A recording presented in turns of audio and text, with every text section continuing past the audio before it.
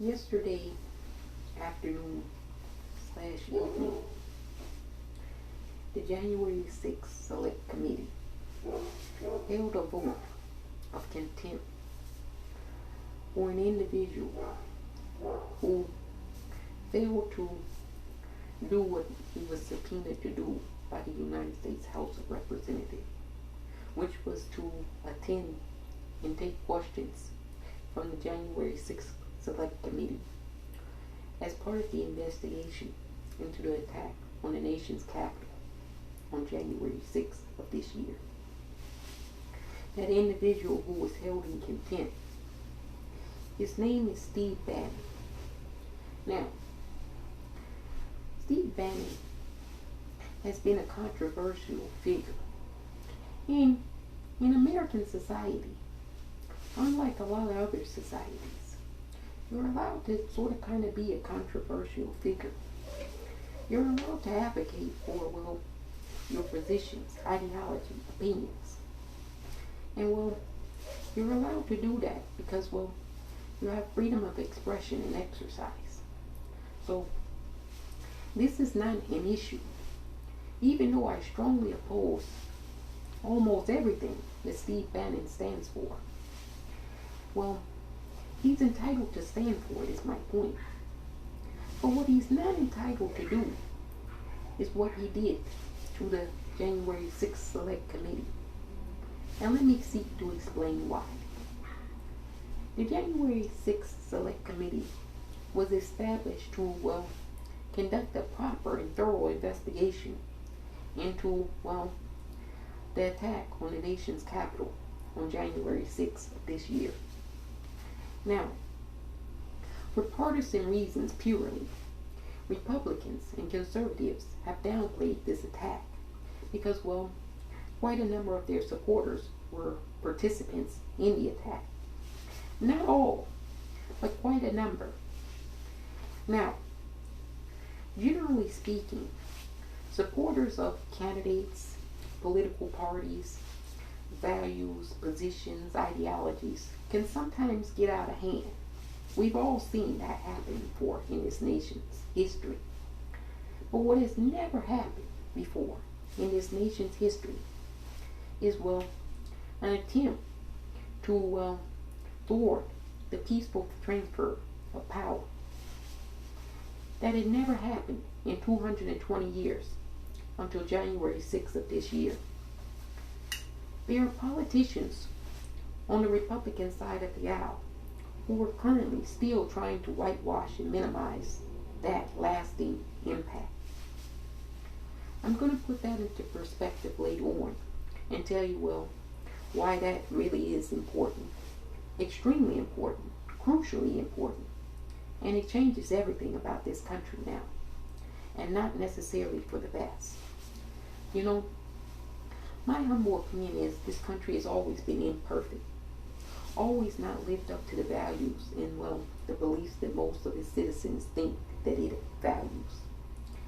But, well, believing something and actually having something occur is two different things.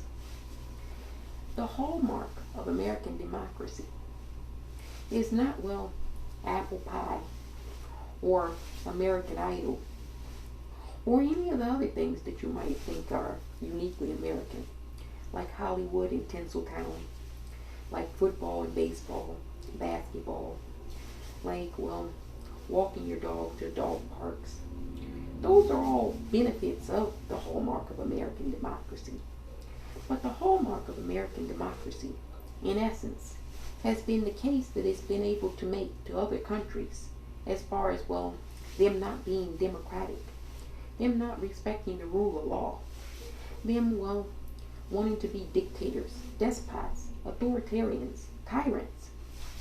And, well, the thing that they've always pointed to say that Americans are not like that is, well, the peaceful transfer of power. When one politician loses an election, especially the presidency, and their political party is no longer in charge, they leave. Generally speaking, they attend the other party's inauguration at the Capitol, but not always the case. But they leave peacefully They don't draw up plans to orchestrate a coup and using the Justice Department and, well, perhaps the military. They don't meet with private citizens who urge the president to use martial law to station tanks and troops in certain cities that would have issues with that, including my city. You know, Mike Lindell suggested that the United States military use martial law to station troops in Seattle and Portland, in Chicago, New York City, just in case, well, people didn't go for Donald Trump being installed and, well, just placed in as president, irregardless of whether he won the presidency or not. That was Mike Lindell's plan that he showed the President of the United States.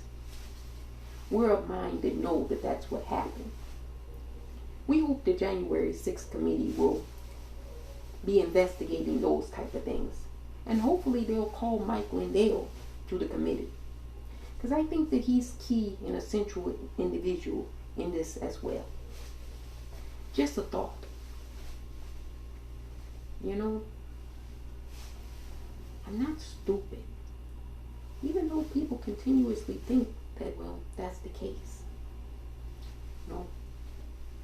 You can't be this stupid and do this. So, back to what I was stating. America has always used the fact that they have a peaceful transfer of power between, well, one political party and candidate to the next political party and candidate. And nobody has ever been able to dispute them. Everybody has envied that, kind of admired it, even if they didn't necessarily admire American values and, well, the way it went about, well, dictating their values on everyone else in their countries. People still admired that. But now after January 6th, the facade has been lifted. The mask has been taken off, so to speak. And I can guarantee you, of 184 nations, none of them respect the United States of America the same way as they did prior to January 6th. It's just impossible. Because, well, the veneer has been lifted. Now they can say, well, when you come to our country and tell us about democracy and democratic values, you can't do that anymore because you have a bunch of white supremacists who are upset about an election and they stormed and attacked your own nation's capital.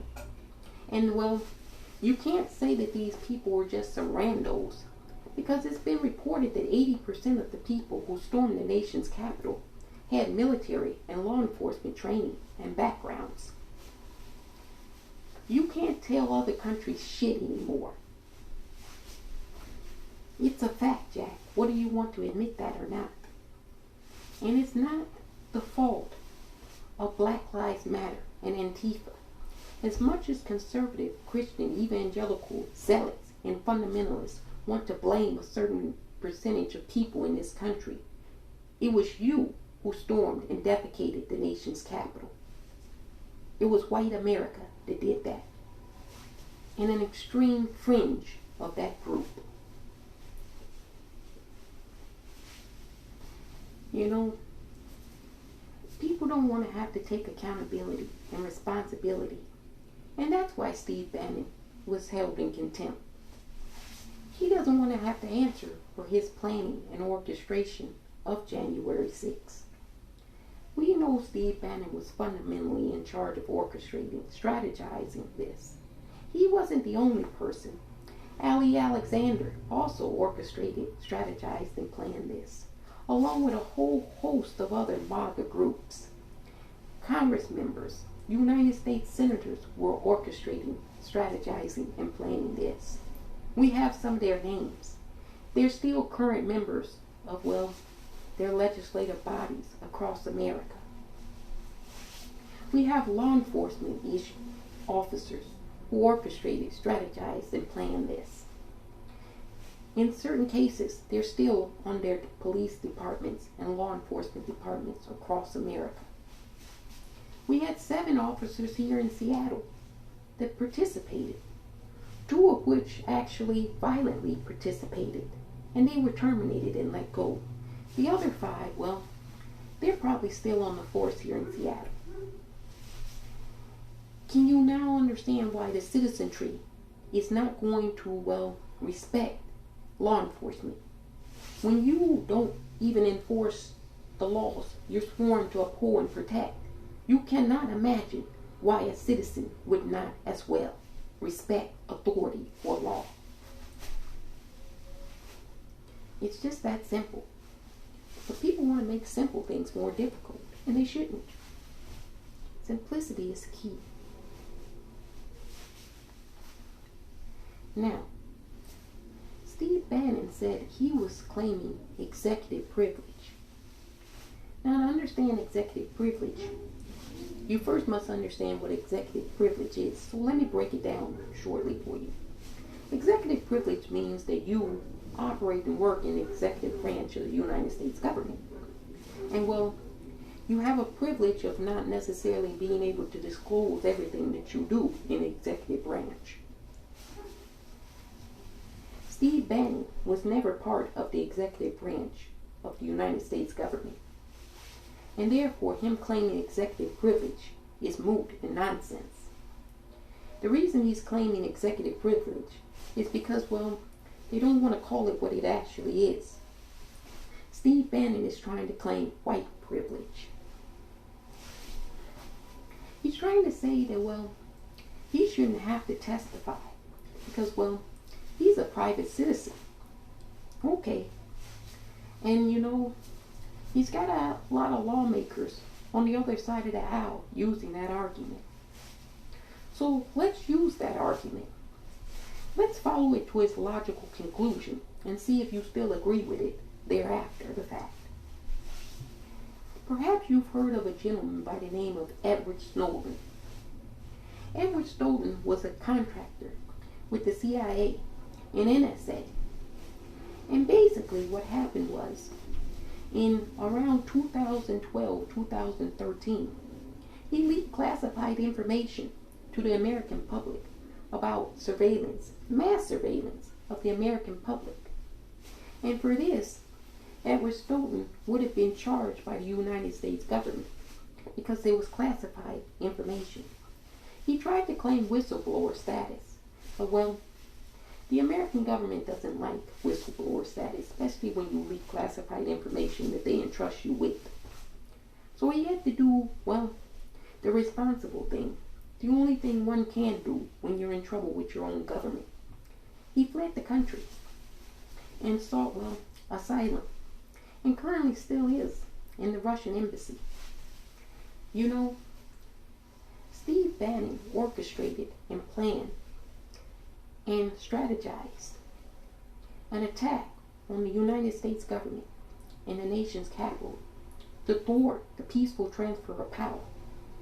Now, not wanting to do apples to apple comparison, one person leaked classified information that's, well, highly sensitive about operations that the NSA and CIA conduct in this country. The other person violently had a mob attack the United States Capitol and try to overthrow the governing ruling body and order of the country. You know, one is having to flee and take asylum in Russia. The other is in his bunker doing a war podcast show. Sometimes life is just not fair, I tell you. Now, me being a logical individual thinks that the person who orchestrated a violent overthrow and tried to, well, violently have an insurrection to not allow a sitting president who was duly elected by the American people to take power, I sort of kind of think that's worse than revealing some NSA and CIA tactics that they use to surveil the United States citizenry without congressional approval, I might add. I kind of think that one is sort of kind of worse than the other. But apparently the House Ranking Committee chairman, or I don't know, Tom Cole in Oklahoma, he doesn't think it's that bad. He says that, well, the select committee itself is just a partisan committee.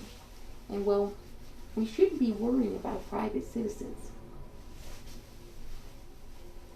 So can Edward Snowden come back home and not be charged by the United States government?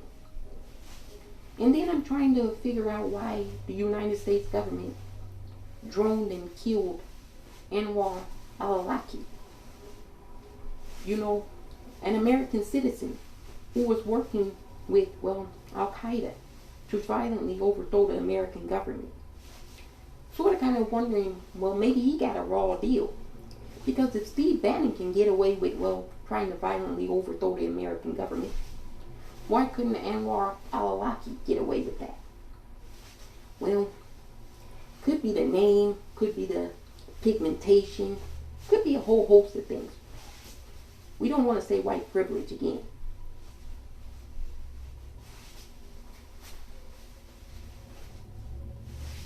You know, there's so many unanswered questions about January 6th that we still don't know. We know that the President of the United States at that time, Donald J. Trump, was still responsible for overthrowing and attempting to overthrow the United States government, which he was currently serving and presiding over as the highest officer in the land. We know that for a fact. We saw the video footage of him and his entire family watching with glee as people were violently storming the Capitol. Now, tragically, American citizens lost their life. Some were stampeded to death. Some were shot to death. Some were beaten to death. We know that that occurred on January 6th. And all of those individuals who lost their life on that day, who were there at the Capitol, the primary responsibility and fault stops with the Commander-in-Chief. Donald Trump gave some acknowledgement during Ashley Babbitt's birthday about, her life and what she stood for. I don't feel any sympathy for Ashley Babbitt whatsoever. Let me tell you why. She violently was seeking to enter the Asian Chamber's Capitol building. If she had been allowed to get in, there were thousands of men armed with metal rods and other weaponry that would have got in, and they would have done bodily harm to everybody that they saw who was not part of that mob. We all know that. Ashley Babbitt was told to move back and to stop doing what she was doing, which was violently trying to enter the chambers. She refused, and she was shot and killed by an officer in the Capitol. I don't feel any sympathy for that. She wasn't trying to break into a Dollar General to buy food or get food for her family who were starving. She wasn't trying to break into a motion picture theater to watch a movie. She wasn't trying to break into a Chase Bank or Wells Fargo or Bank of America. She was attempting to break into the nation's capital to have a mob violently, murder lawmakers. They brought a guillotine and a cross. They set bombs at political headquarters to distract law enforcement. This all happened on January 6th. I know Senator Ron Johnson from Wisconsin likes to think that, it was a picnic. But that's not what the American people believed or saw. What they saw was an act of insurrection, a coup, a violent coup, by a mob of white supremacists, mostly men, who, didn't get the result that they wanted. So as per the norm, they resorted to violence. We've seen that in this country before. In Charlottesville, we saw it under Donald Trump, when, a white supremacist drove his car at high speed into a crowd of counter-protesters, murdering Heather Heyer. We saw it in Minneapolis, when a truck driver attempted to ram his vehicle, a big semi-truck, into a crowd of Black Lives Matter protesters with children, because he didn't support Black Lives Matter. We've seen it with Timothy McVeigh in the Oklahoma City bombing. We've seen it with the Bundy Ranch family when they violently took up guns on horseback to the Land Management Bureau in this country. We've seen white supremacy rear its ugly head all too often when they don't get the way and the choices that they want to occur their way. And we saw it on January 6th. Now, I can tell you that Steve Bannon should not only be held in contempt, and if he doesn't testify, jailed and fined. Once the investigation is complete, here's what I would kind of recommend as well. Ways that at least the individuals involved will never have any way of being involved in another attempt without, well, a lot more backing by other people who weren't previously involved. I don't speak for the January 6th Select Committee. Let me make that clear. I do hope that they do a proper investigation, and I trust that they will. And I trust that the people responsible will be held accountable. All of the people. But here's what I would advocate as a citizen. Anybody responsible for January 6th, the strategizing, orchestrating, or participation should never be allowed to hold any legislative or political or judicial office in the United States of America ever again. What that would look like is licenses from the bar, the law exam, being stripped.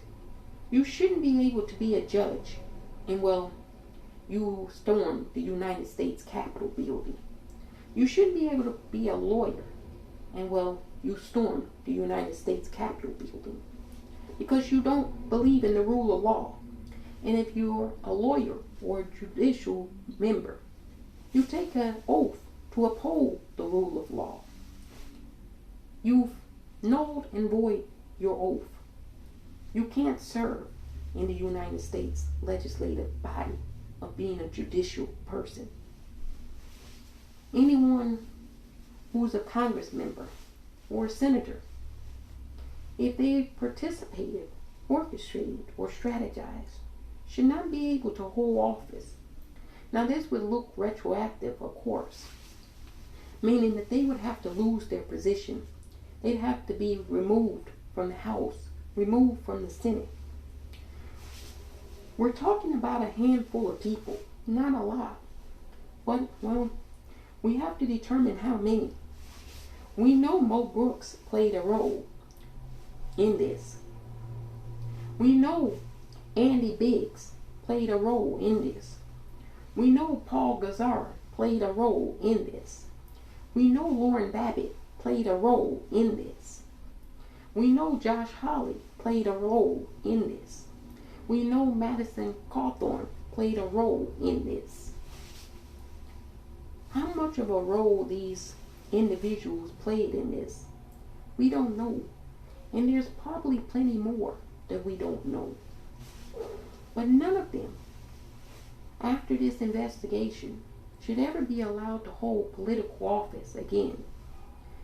The United States Congress and Senate should move on a law immediately stating that anyone who participated, orchestrated, or strategized on January 6th to violently overthrow the nation's governance structure should never be allowed to hold political office again.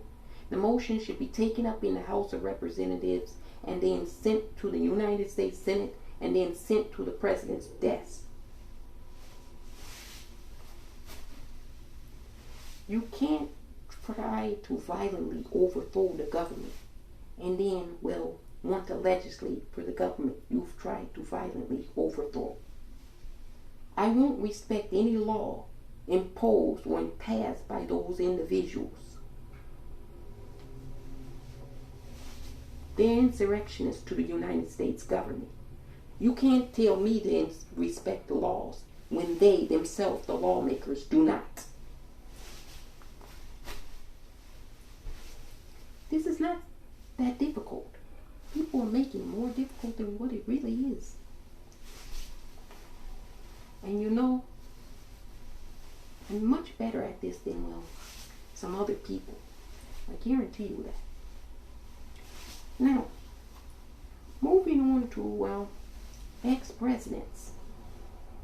We can set laws for families too, and, well, private citizens. Any private citizen who orchestrated, strategized, or actively participated in the violent overthrow of the United States government should not be allowed to ever hold public office in this land or ever practice law in this land. The United States House and United States Senate should create a bill stating that, pass it, and send it to the president's desk for signature. Can you imagine if Jefferson Davis, after he succeeded from the Union, decided, well, you know, I really want to be part of the Union again, so I'm going to run for president of the United States. Not the president of the Confederate States of America. I want to be president of America now that we're back as a union again. That's what Donald Trump is trying to allege. He violently tried to overthrow the country, and now he's talking about he wants to return to be president again. I would never follow an order that the president of the United States gave at that point in time. I would tell him, sir, with all due respect, and humbly speaking, you, sir, when you were defeated, tried to overthrow the same United States government you're commanding me to take orders from. Those are unlawful orders because you're an unlawful commander-in-chief. We'll take that to the Supreme Court, see how they rule on it. I'm pretty sure I might have precedent in standing. You gotta be very careful legally when you do some bullshit like January 6th. You know, a lot of people are watching. Lots of people. People you don't even think are watching this shit. Because, well, it's very important. Very important.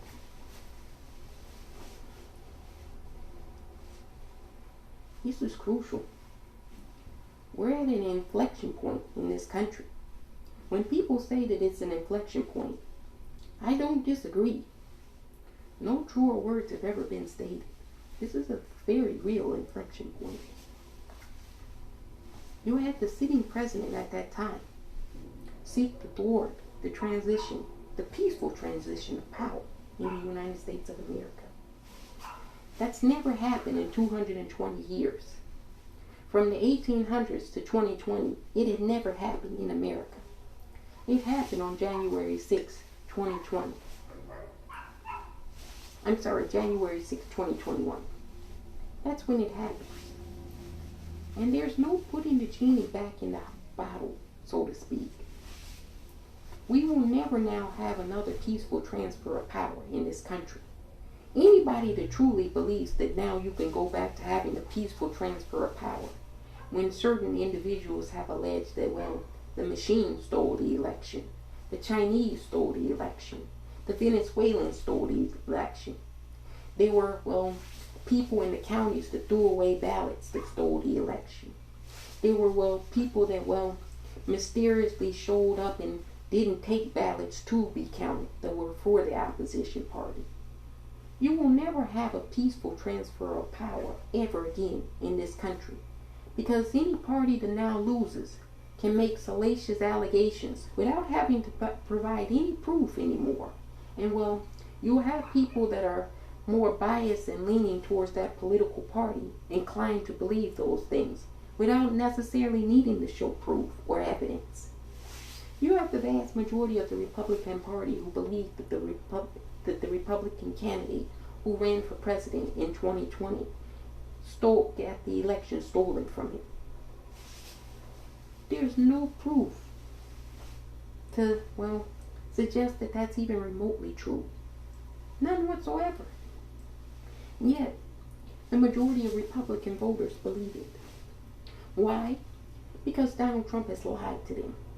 And, well, people that are biased and favor Donald Trump have lied to them. And they continue to tell this lie. They've done recounts now in Arizona. They're asking for recounts in, well, Wisconsin. They've done recounts in Idaho. They've done recounts in, well, a lot of places in Texas. They're doing recounts everywhere. And, well, this is because a sore loser, a narcissistic lunatic who should have never been president to begin with, well, can't accept the fact that he lost the presidency. Can't accept the fact that, well, the American people were over him because he didn't do a good job at his job.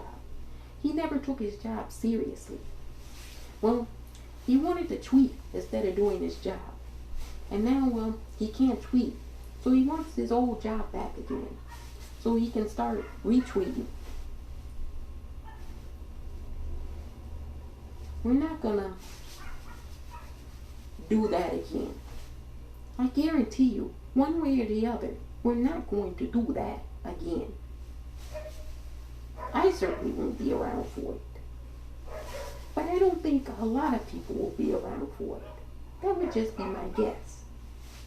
And, well, you can infer into that whatever you may. It just is factual.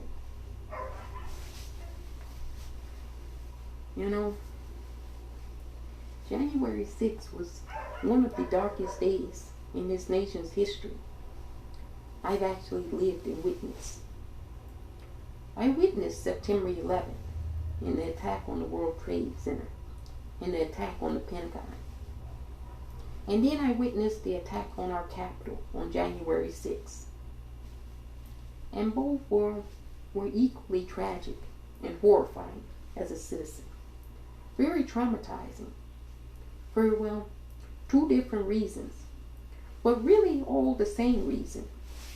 The people who attacked us on September 11, 2001 hated our values as American citizens. The people who attacked us on January 6, 2021 hated our democracy and our values as American citizens. They believed that white supremacy should be the only value of America. And, well, maybe they represent half of America. But there's another half of America that, well, doesn't believe that white supremacy should be the governing value of America. And, well, we each should have a right to vote in a free and fair democracy. You, as being a white supremacist, don't have the overriding, well, authority to negate everybody else's opinion and vote in this country. And if you fucking think you do, you got another thing fucking coming to you. Period. End of story. You know, that's what a democratic republic is about. A debate of ideals and values. And, well, then you hold a vote. And the majority, if the majority votes a certain way, they get to govern and rule. And that had happened for 220 years until January 6, 2021. When, well, people, fringe, white supremacists, and ideologues, and radical evangelical Christians decided they no longer wanted to abide by that contract. They no longer wanted to abide by the peaceful transfer of power in the United States of America. And so, ever since then, all bets have been off the table. Make no mistake, my fellow Americans, we are in a cold civil war in this country.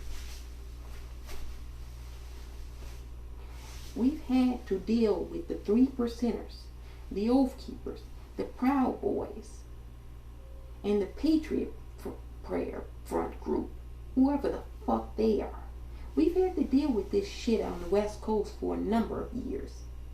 Now all of America has to deal with these fucking nitwit white supremacist scum of the earth. Do you like how they feel? Do you like that you're not able to go outside? Do you like that they're, well, going to hospitals attacking, well, nurses and physicians? Now attacking and threatening school teachers? Now attacking and threatening counselors? Do you like how that feels? Because we've had to deal with it, well, being different, being something that they don't accept for a long time out on the West Coast. And we push back against those motherfuckers for a long time out here. And we will continue to. And hopefully you will continue to in the, rest of the country. The people that funded January 6th, they should be investigated and held accountable too. You know, people with big money interests in this country. White supremacy, it has deep financial roots. We know that Rebecca Mercer was behind Parler. We know that a lot of coordination happened on Parler and other, social media platforms that, have a hard time being tracked and traced for different reasons. All those responsible on high society, individuals with lots of money, oil barons, and privileged elite white supremacists. If we find out that you were responsible for funding and orchestrating and strategizing January 6th in the attack on the nation's capital, all your assets should be freezed and taken away. You may be able to finally do redistribution of wealth. We can use those assets for, a reparations plan for the descendants of African slavery. I think that would be a good use of your dirty ass money. If I do say so myself. We need to get to the bottom of January 6th. It should have never happened in this country, but it did. And there's no putting the genie back in the bottle. All the individuals, regardless of class, privilege, status, position, or authority on this planet, should be held accountable for the attack on this nation. It's a shame that other Americans attack this nation and attack their own fellow citizens. But that's exactly what happened. 80 million people voted for Joe Biden and Kamala Harris. 74 million people voted for Donald Trump and Mike Pence. As an American who would have never in a million years, no matter under what type of authoritarian dictatorship, would have ever thought to vote for Donald Trump and Mike Pence. I want there to be justice for what happened on January 6th, for us, for our people, for Americans who don't go along with white supremacy and tyranny. And for those who attended but didn't know what you were getting into, you might have just wanted to go and protest because you were upset, mad that your preferred candidate lost. I get that. Sometimes you can be at the wrong place at the wrong time. I get that.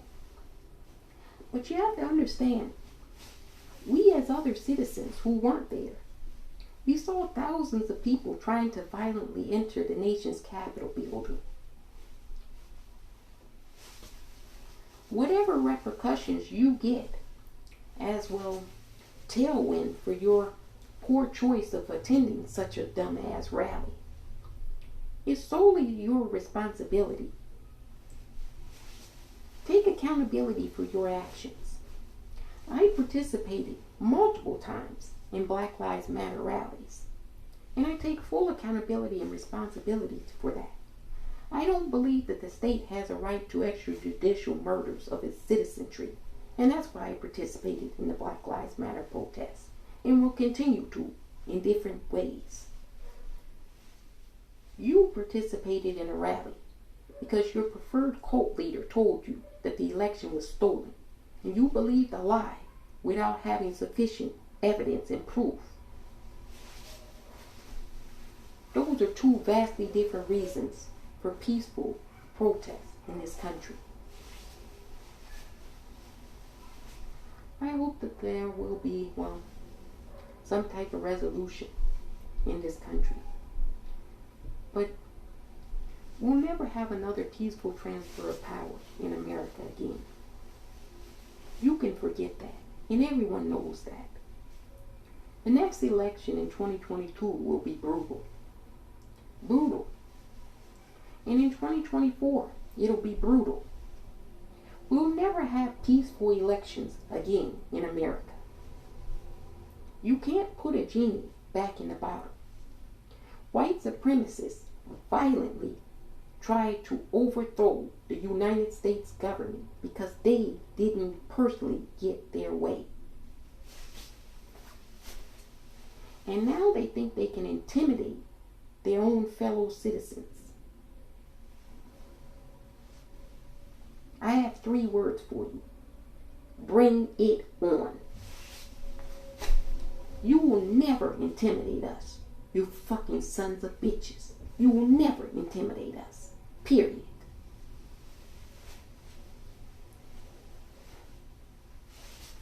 You know, I hate that, well, there's division in our country. But this whole notion, or this whole magical thinking that somehow division just started in 2020 or in 2016, and Facebook is the primary driver of the division. Well, there goes some more lies. There goes some more, well, things being said without any evidence or proof. And there goes some more people who don't want to take accountability and responsibility for their own actions and beliefs and choices that they make. We fought a civil war in 1861 to 1865, long before Facebook ever existed, I might add. We saw the violence of the civil rights movement in the 1960s, long before Facebook ever existed, I might add. We saw lynchings in America in the 1940s, 30s, and 50s, and 60s, long before Facebook, I might add. You know what has been around since the beginning of America? White supremacy. You know what doesn't want to get talked about or addressed in America? White supremacy. This is nothing new what they did. And they'll try to do it again because they don't care about America. They care about their tribe.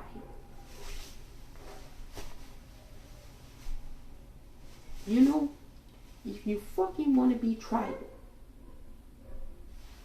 you start that shit, and I guarantee you, some things that you've never even heard of or seen before will finish that shit for you. I never lie. I never lie.